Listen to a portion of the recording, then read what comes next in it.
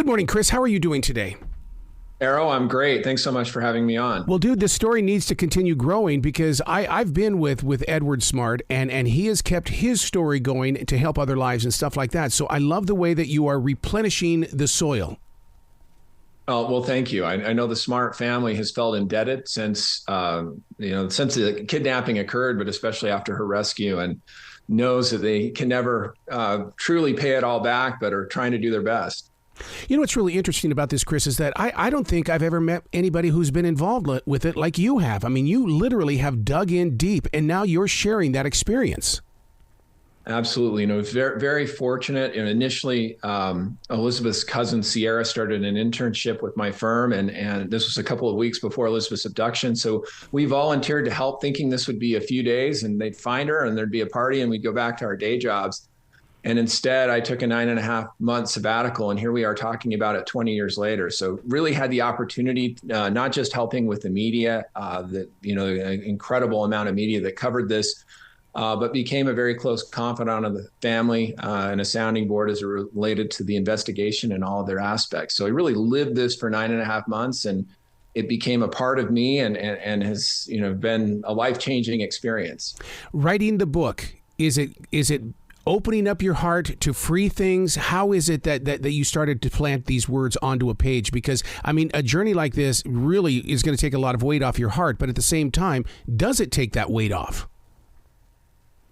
It was such an interesting experience in writing the book, and I'm glad I waited to do it. I knew I had a story right after she was rescued, and it just never felt right. My wife was always pushing me, like, you got to write this, you got to write this. And having the opportunity to slow down the events that happened at frenetic speed and to look at them and to think about and to look at different perspectives, different people who were involved, was very illuminating. I really believe good books aren't just about the facts of what happened, but what you can learn from that experience. And that's what I really tried to accomplish in writing Unexpectrd. When you say that you're glad that you waited this long, I mean, it's almost like you said, okay, look, this is going to be in God's time, not my time. It's really true. And there was a side story to this very briefly. I initially wrote a book, very different book. It was about growing up next door to a hidden broken war hero who was an alcoholic. We fought for 13 years. And before it was too late, I learned his secret and learned to understand and appreciate him. And I wrote this book during COVID and wrote an epilogue that paralleled so many of those lessons to the Smart case. And my wife said, there's your book. This is a braided memoir. And it was difficult to do, but that's a big part of that, really tying together. There's so many things that happen in our life. We face adversity. There's people that come into our life and they prepare us for future things. If you go back and chart your life, I know you can find this, but for me, that was a very indescribable experience, having the opportunity to just see how my life had been led and how there's kind of that perpetual experience. See, this is every bit the reason why I'm a daily writer. It's not that I'm writing in my moment of now. I'm basically getting little parts that I'm going to use as tools in the future. And then as a strong Christian, I've got to sit here and make sure that I activate it in other fields. It's so true. And I think, from a Christian standpoint, when we recognize, God's grace and God's goodness. I mean, you can sit down every night and make a list of ways in which you've been blessed during that day. And that can really affect the lens in which you see the world and your level of happiness as well. When you were putting together the story about the broken war hero, my God, that had to have taken not only courage, but your heart had to be filled with compassion and a desire to let him speak so that you could have the power to listen. Arrow, it's so true. Giving this man a voice, this man who really paid the ultimate price for our freedom, living for 50 years with extreme PTSD, in addition to fighting in World War II, understanding that and appreciating that really changed the way in which I look at people. And it made a big difference in the Smart case, in being slow to judge and recognizing that there's always more to the story. And the story is usually different than the story we tell ourselves, and trying to keep, that open-mindedness in how I approached others. I mean, he had a profound impact on my life. I still struggle. I still judge people. But when I think of him and I remember that experience, it's really helped guide me. The book we're talking about is Unexpectrd, the backstory of finding Elizabeth Smart. You talked about it being 20 years ago. Dude, it feels like it was yesterday. I can still feel that story inside my body. I'm with you. It's so I've lived it for so long. It's become a part of me. But yeah, I can't believe it's been 20 years. So what was the mainstay of the book? Because, I mean, one of the things, we're so used to getting our news at 5 o'clock or from a newspaper or a website. But when you say the backstory, now you've got my attention because I do want to know what's going on and what did take place. Sure. And so I have a different perspective. There have been a few books written about the Smart case, but none from an outsider. I was kind of the outsider in the proverbial room where it happened.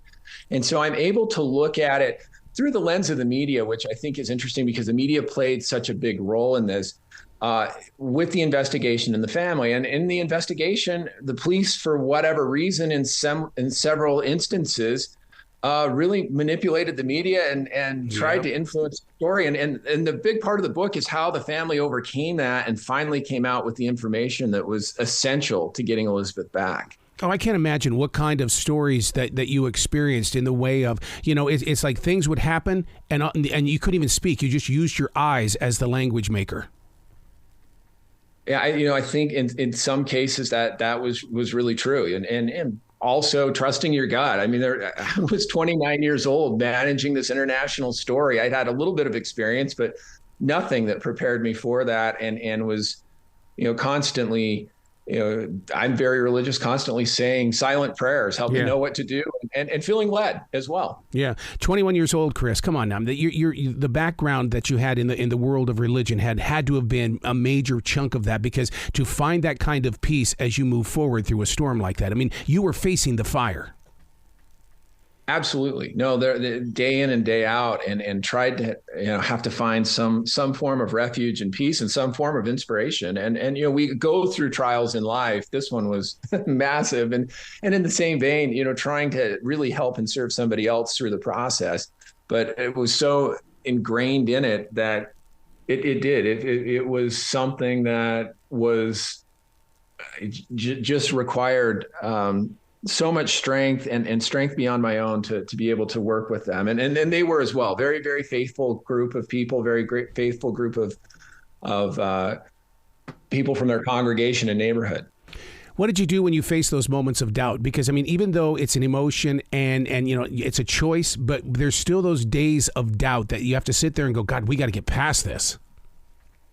There's an interesting experience, and it's not an overly spiritual book. It's more about the culture of the Latter-day Saint church. But there was an experience where a story was coming out from the National Enquirer that really ripped the family apart. And because of a police PIO had said some things, it gave it some credibility. And so the traditional media were jumping all over it. And it just felt like it was like this gang of people trying to, just this awful group, just trying to eat this family alive. And I retreated. The Smart Search Center was in their church. And I went down into a room where there was a picture of the Last Supper. And I was just as angry as could be. I mean, my emotions bordered on hate for the media in that moment. And I saw that picture and really realized how Christ, even in his, even in that moment, still served and still loved those around him. And that helped me. I don't know, as far as moving forward, as I tried to be a little more service oriented with the media, not, obviously looking out for my client's best interest, but it was something that changed my heart and reminded me, that we're all really just children of God. Yeah. Boy, you just planted something inside of me when you were talking about Christ and in his moment, is that what if you would have been a part of that? You were the publicist of what was taking place right there before the days on the cross, because I can't imagine what they were saying during those days, what was out there in the wretched world of their hatred. What an interesting perspective, Errol. And I can really relate to that. I mean, obviously nothing, of that magnitude, but just seeing, it just felt like in some of those moments, like everyone was conspiring against them, and knowing, they weren't perfect. Unlike the Savior, they weren't perfect people. None of us are. We're all flawed, but people that were doing the very best that they could and who desperately wanted their daughter back and were willing to do anything to do that. It was heartbreaking to see the opposition to that in certain moments. And that was a key example. Do you see this as a way of outreach? Because, so many times when we say outreach, people think, okay, we're going to go get food for somebody. Okay, we're going to provide a home for somebody. But this is also a story of outreach because you put yourself in a position of where it wasn't just about the four walls of the church. This was about a community. Yeah, and that was one of the most endearing aspects of this. The search effort, that first week, more than 10,000 people came out to search. And while Salt Lake's about 50% Latter-day Saint, and it's a little higher outside of the greater Salt Lake area, the people, we still are polarized here. We're as polarized as anywhere else. I mean, and it's an epidemic in today's world that goes, back quite a ways. I think it's worse than it's ever been. But when these people came to search, it was remarkable. This one morning, I remember seeing this guy show up in a Porsche and just very nicely dressed guy. And another group got off the bus, and it looked like a couple of them were homeless. And later I saw them in the orientation sitting together and having a conversation. And this orientation room where these people came before they went out on the searches was a spiritual experience, walking back and forth from that, seeing people putting aside all of their difference, whether it was political, religious, socioeconomic, even in some cases, ethnicity, and just having a single focus, which was finding Elizabeth, seeing that and seeing how we are so much more alike than we are different.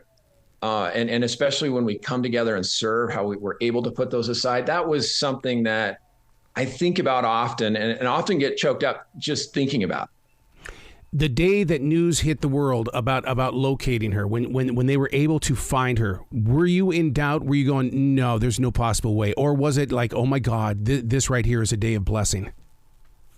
So I had an interesting experience about a month before she was rescued. And Ed and I were in New York, Ed being her father, doing interviews. And late that night, he said, I got to talk. And so we got together and he said, look, call me crazy. A lot of people think I am, but I just know she's alive. I know she's out there. Are we doing everything we can to find her?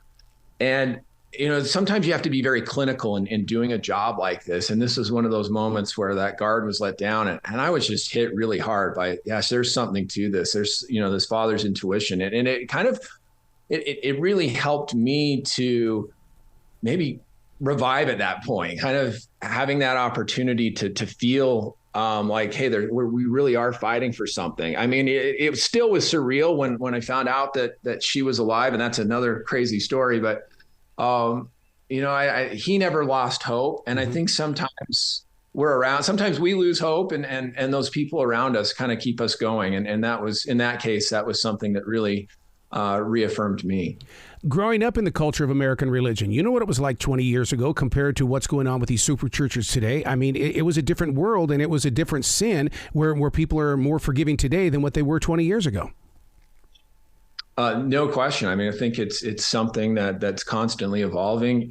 Unfortunately, I think we're becoming less religious, and it's something that we need more than ever. And I think sometimes too in our religion we get caught up on things that are less important.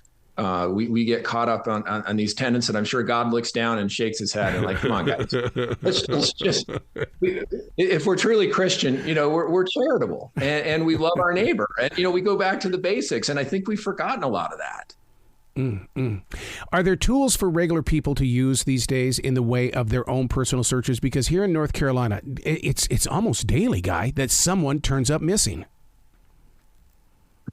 There are a number, and from my expertise, after the case, I put together a tool called FamilySpokesperson.org. And this is from the media perspective, because the media can play such an important tool when somebody goes missing. And the Smart family was very sophisticated and savvy and well-connected. Not everybody has that. And so wanted to create this free tool that people could use, absolutely no strings attached. In fact, you can't even find me on there. but that they can use to better understand how to organize and understand how the media works and how to work with the media to hopefully have, a similar outcome.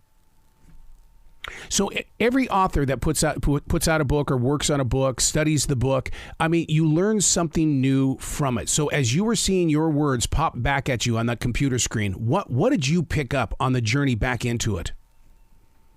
So much of what I was able to trace, and it's such a great experience to go back and look and think about and journal, was, there's this common thread, and I don't want to spoil this, but the very last chapter is about an experience where there was a celebration in a park a few days after Elizabeth was rescued, and an individual in the crowd wanted to talk to me, and I connected with this person, and it was an amazing experience and it kind of taught me that, God recognizes people, whether they're a household name or a stranger in the crowd. But through the experience, I recognized, and a kind of a theme of the book is, we're different, and different is good. And as there were so many times in the SMART case, so many times in my experience growing up, that I prejudged things. Yep. I prejudged my neighbor. There were suspects, Richard Reese being an initial suspect, that there was a lot of circumstantial evidence that the police closed the book that he was the guy. I think if there's a theme or takeaway from my book, it's that we need to be slower to judge and quicker to serve. Wow. Chris, you got to come back to this show anytime in the future. I love your story. I love your dedication to writing and by using those words as a tool for other. I always call it leaving messages for the future reader. Dear future reader. And that's exactly what this book is. You've got it, Arrow, and that's really what I hope it will be, that people will take that away, not just, hey, what happened, but what they can learn from it. And welcome anytime the opportunity to come on. This has been so much fun. I really appreciate it. Well, you be brilliant today, okay? You too. Keep up the great work.